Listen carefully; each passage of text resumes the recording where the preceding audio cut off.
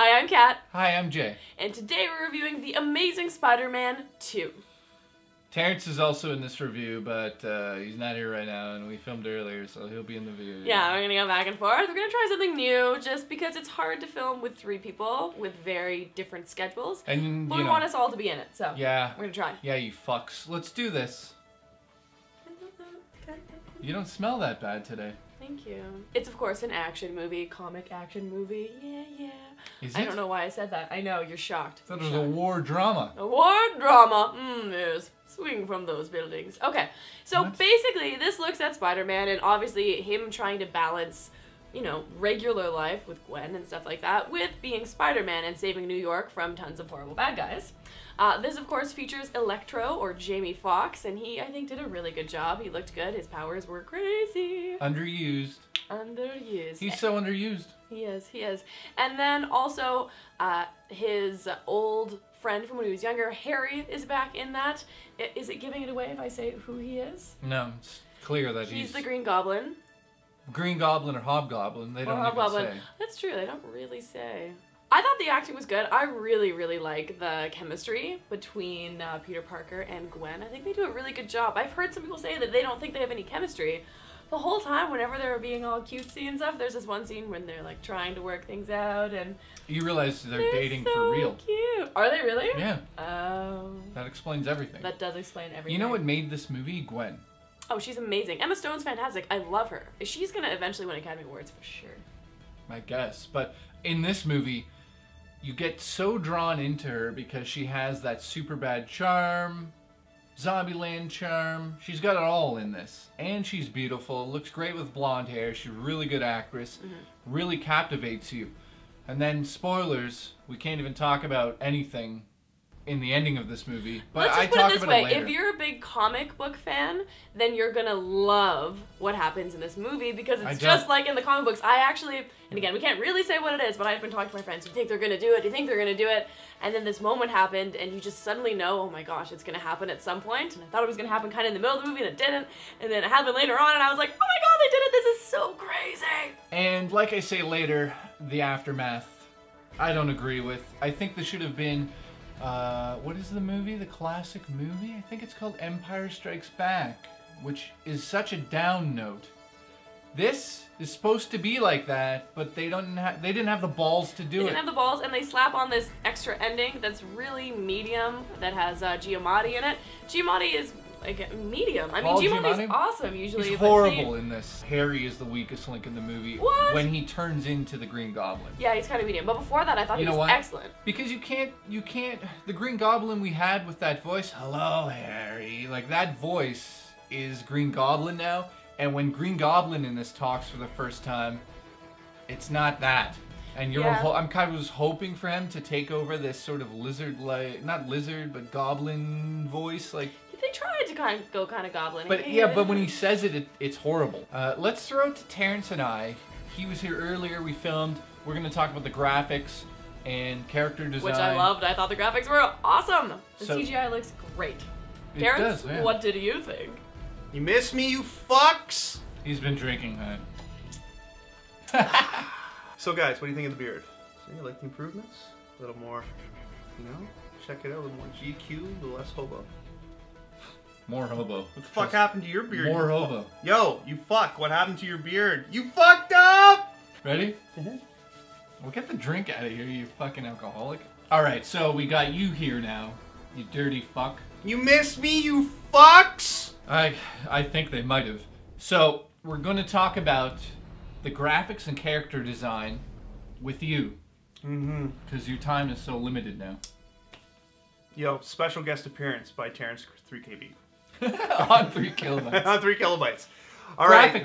Graphically, we were talking about this earlier on the mass transportation back to 3KB HQ. Nobody knows what you just meant, but that's okay. The subway back to here we talk. To hear you fucks. Read a book. So anyways, we're talking about how it's getting very photorealistic. And it's becoming, the nuances of the CG and the animation is getting to a point where with this movie, when Spidey was on screen, it was Spidey. It was Spider-Man through and through. Like just little things like catching all those canisters, that slapstick kind of Charlie Chaplin. We've never seen shit. that. Yeah, it's been a while. And you know what it was? I've read the fuck is that noise? You stop moving, Texas Chainsaw Massacre. Fuck. I've read the comics since I was a kid, so I don't want to say I'm a super expert when it comes to Spider-Man, but I know my shit when it comes to Spider-Man. You know a little. I know a little. A little bit more than a little. You know more than me. So, in terms of what he does in this, is it more comic book or more cartoon?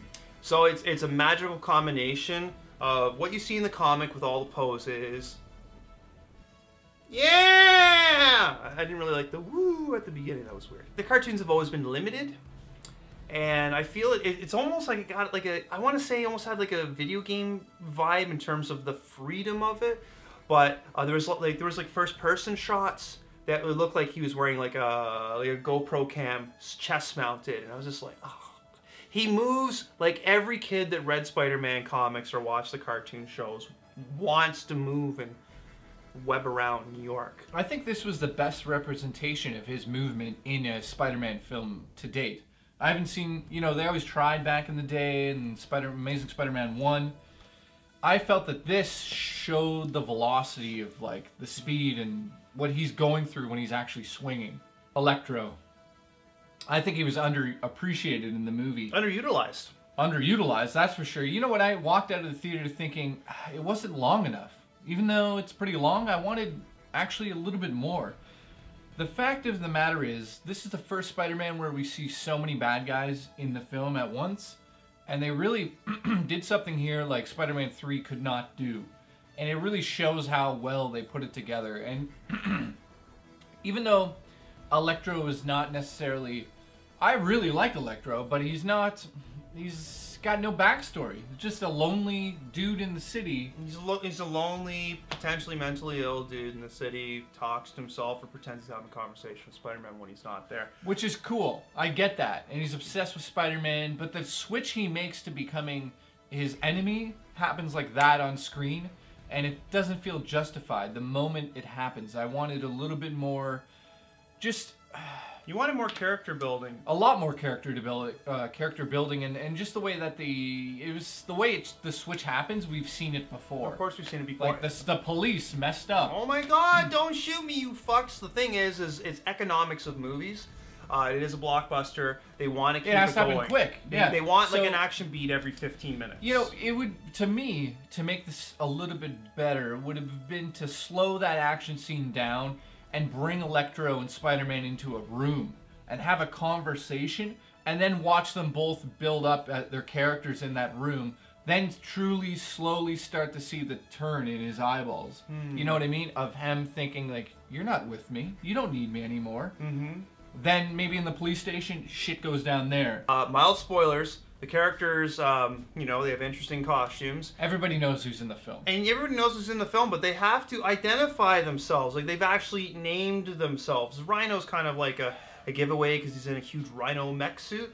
But Electro is like, I am Electro. And where did he get the name all of a sudden? He's just like, he's thinking as he's in captivity in the middle there. He's like, I'm going to go with Electro. Like, there literally is a moment where he must have thought that somewhere, and it just, to me, in that universe is weird. I gotta tell you, weakest character design in the whole film.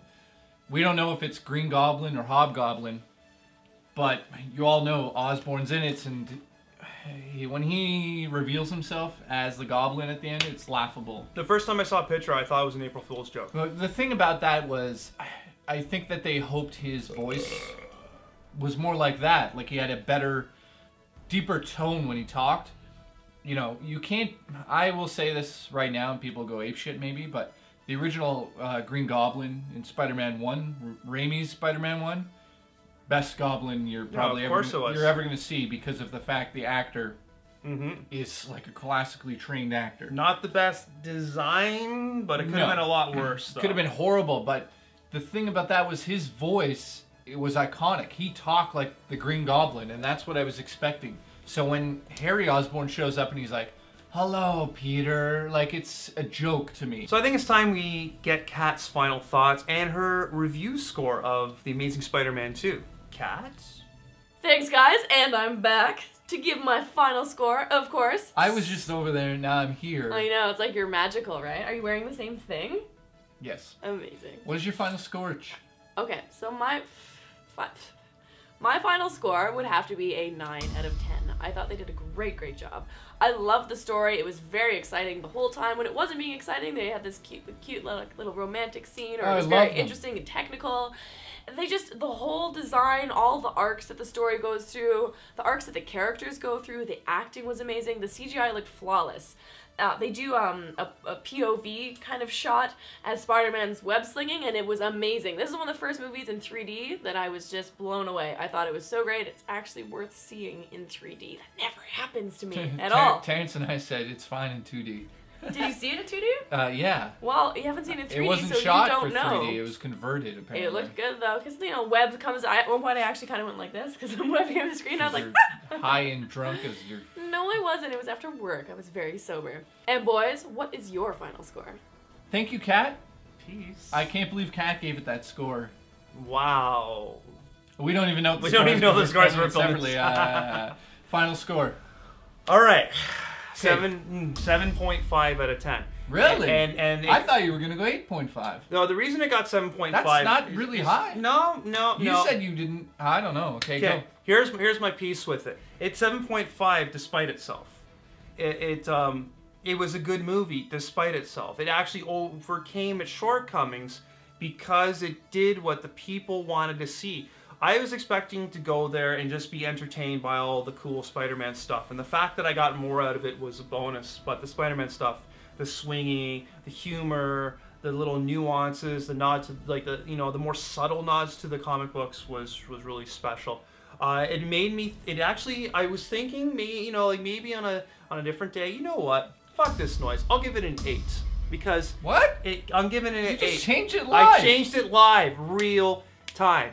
It gets an 8, and the reason is I'm kind of comparing it to Sam Raimi's Spider-Man 2, because that is widely regarded as the best one, right? And what I think about is I can't stop thinking about Emma Stone and how great she was as Gwen Stacy, and then seeing how she's maturing as an actor and she's aging gracefully. I know she's still young, whatever. And then for some reason I think of Mean Girls because it's the 10th anniversary, and 10 years ago Lindsay Lohan looked like this, and now she looks like this. Stay out of drugs, Emma. You fuck! How did you feel about the movie? Don't lie! 8 out of 10. Some of the things I don't like about the movie are Electro's score music is basically drum and bass with this electricity sound, and I think it's a bad idea, and it's silly. It's like when they go into a boardroom and go, what's his score going to be? Oh, what's hip right now? Drum and bass. Okay, now go to the composer, see what he can add. Oh, he thinks, because he's electricity, we use electricity sounds, distortion. And we add Itsy Bitsy Spider. That happens. That happens. Other than that, and the fact that he was underplayed, I think Rhino is bloody horrible. Paul Giamatti is a brilliant actor, but not here. Unfortunately, I get what they're doing. He's got this tattoo around the top of his head, and it's interesting, and he's Rhino, but the fact that he has to yell out, "I am Rhino." In a Russian accent, no less. I am the Rhino. I am the Rhino. Silly and ridiculous. I hope, I can say I hope he's not in the next movie like this, but I guess he is going to be, he's signed. Other than Osborn looking ridiculous and having a horrible voice as Hobgoblin, everything else in the movie, the setup to what happens in the end is spectacular. I haven't seen anything that I was this connected to in a comic book movie for quite some time. And I put it all on Emma Stone. She grabs you because she's not only beautiful, gorgeous, and talented, but also the fact that she has that witty, goofy side that we've seen in Superbad. And they let her get away with it in the movie a little bit. She has a couple moments where she's her goofy self, and that's really what she is in real life. So I attach myself to her right away, and I'm like, I love her. I love her. That's it, guys. Let's throw it back to Kat and see how she ends the video. How she wraps it up nice and tight. Could be awkward. So we'll see you soon. There's some major games coming out this month. Major games coming out this month. I don't really want to touch it. Touch it, you Kat! Fuck. Touch it, you fuck!